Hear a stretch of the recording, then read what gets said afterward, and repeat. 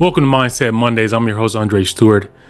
And today we're going to talk about the benefits of creating an exceptional mindset and why you need to do it.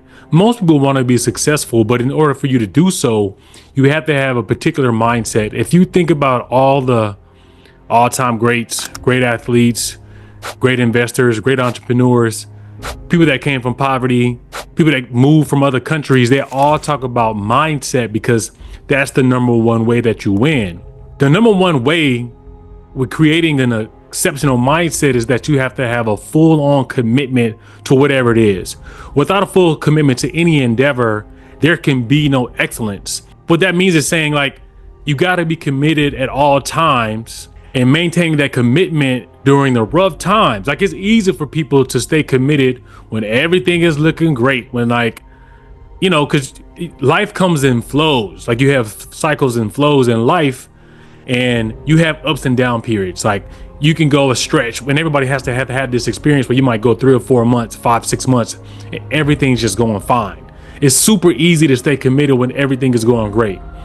But what happens when you hit a rough patch? And them rough patches could last a year, sometimes longer. How do you stay committed during those time frames?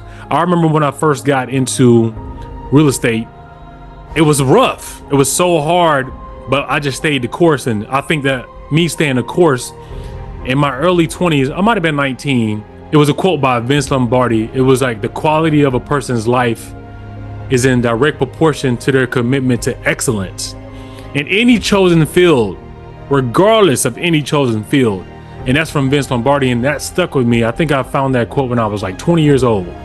Being an athlete and then having a parent that was a drill sergeant, I think all of those things played a part in me being able to stay committed through the ups and downs of real estate. Even now I have ups and downs of real estate and building a business. Like, you know, that's why some people, some employers, from what I noticed, even myself, you like hiring athletes because athletes just have this will to win, to just never give up. Especially if they played at a high level, a lot of times that stuff carries over. So you want someone to have that commitment. So again, it's easy to be successful when the times are great, but the hardest part for anybody, and that's what it is. Like, you'll hear any entrepreneur that's made it big or any investor, the number one thing they say is, I never gave up. That's the thing that separates most businesses, that the people that have those businesses, they stay committed to 100% of the time, and they never give up. And they be like, oh, 9 out of 10 businesses fail, or businesses fail within the first 5 years, or maybe even shorter. I mean, it might even be 2 years. But the reason why is what? They didn't make the commitment. They didn't commit. They couldn't make it through the rough times, right? So even if, like, people that file bankruptcy, you file bankruptcy and you start over. Some people do, some people don't. But, like, you know, there's a couple millionaires out there that talk about making it and then hitting the rough patch or going bankrupt, and then on the other side, they end up turning into a millionaire because they figured out on that way to becoming a millionaire what they had to go to, and that's step number one. Success is a journey. It's not a destination. So the number one step into creating an exceptional mindset or one of those type of mindsets is you have to have a desire to be like, you know what, I'm going to enjoy this journey. I remember hearing Kobe say, enjoy the journey. And I fully agree with that, because if you don't enjoy the journey, going through that process, it's really easy for you to give up because you're like, man, it's too hard.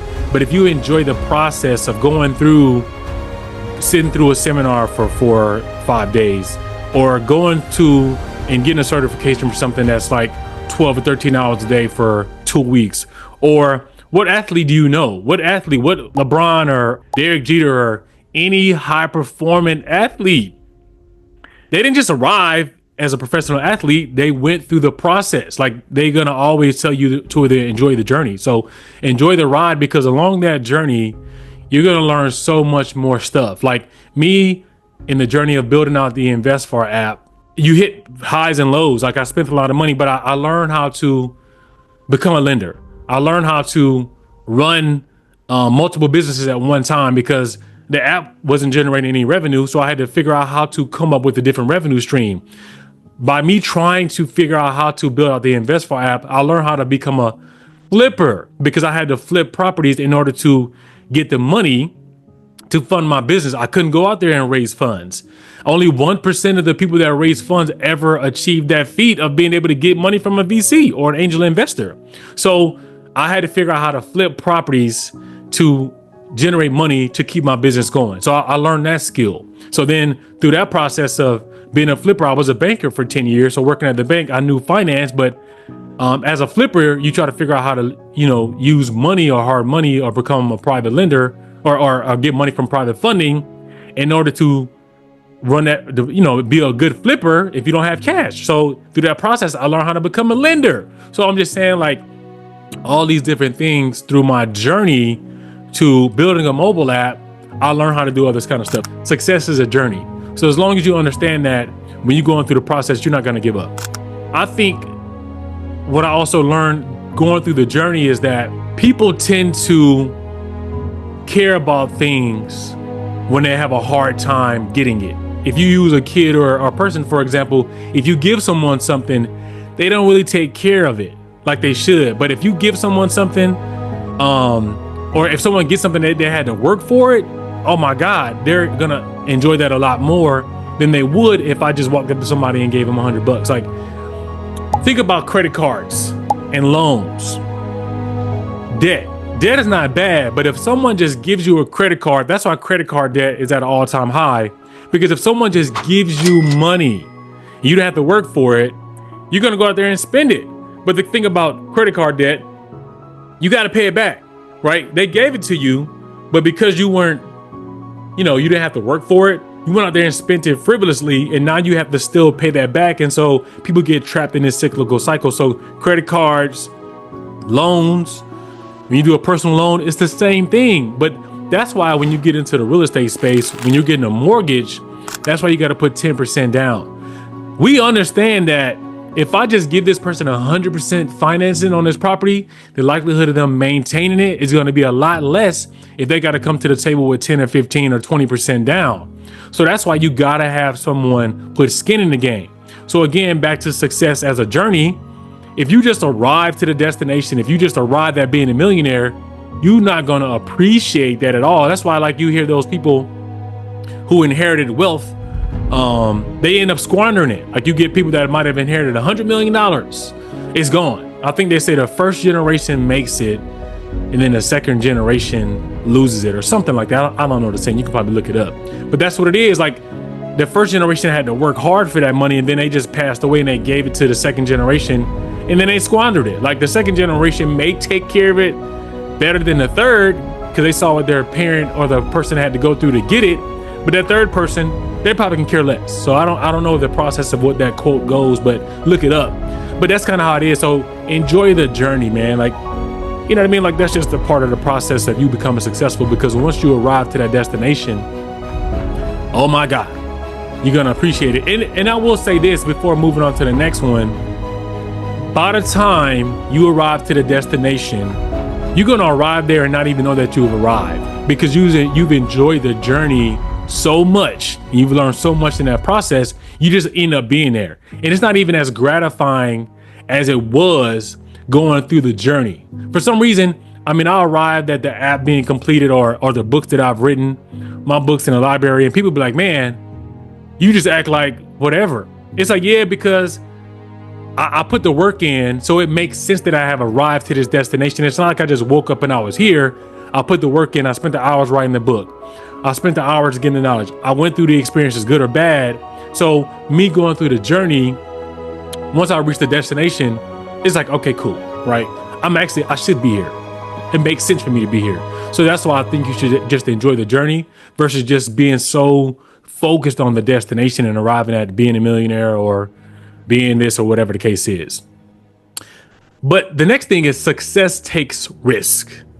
It does. Like, very few things in life that are worth having require some form of risk. Like, you trying to become a millionaire, starting a business, becoming a great investor, whether that be stocks or real estate, you're risking the money, you're risking buying the thing, you're risking buying the asset.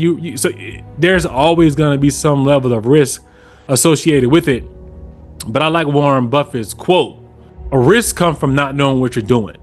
So if you're out here, like I always talk about data, if you're out here making calculated decisions based on data, is it really a risk? So just know that success and risk go hand in hand, but it's really not a risk if you know what you're doing. So I would approach it, that's a reframe.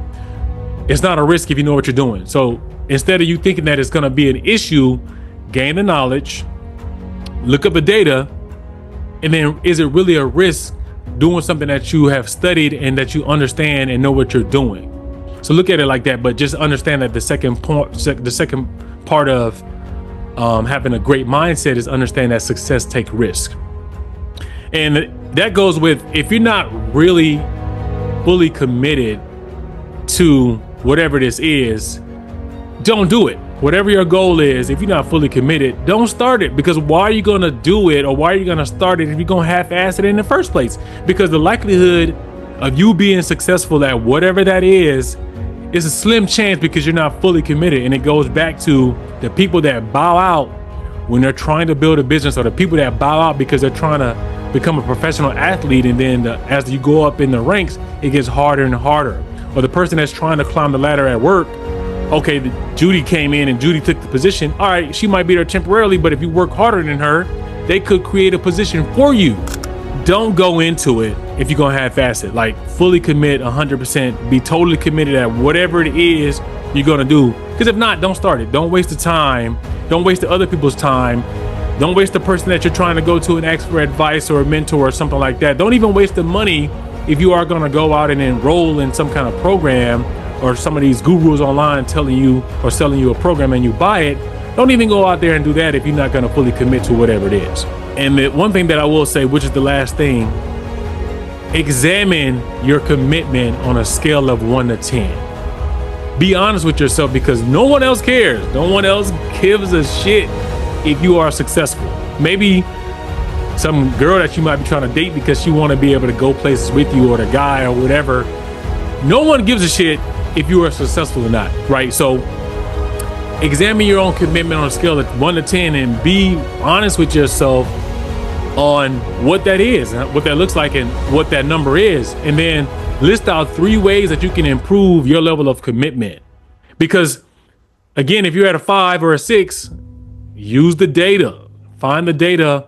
And that's what the list is, trying to figure out ways that you can tweak. That's the feedback letting you know, all right, I need to bump up this level of commitment and get to this level if I want to be successful. So I will also say that incorporate visualization. Anybody that's successful will tell you that they visualize winning, or they visualize whatever they wanted in life, and then they arrived at that point in time. So visualization is a great exercise. I do it every time. I do it every night for about 20 or 30 minutes. Because I mean, in order for you to arrive at any destination, whether it be you hopping in a car, you going, if it's to the gym, you had to visualize yourself going to the gym. You had to visualize yourself. You had to think about it for you to get there.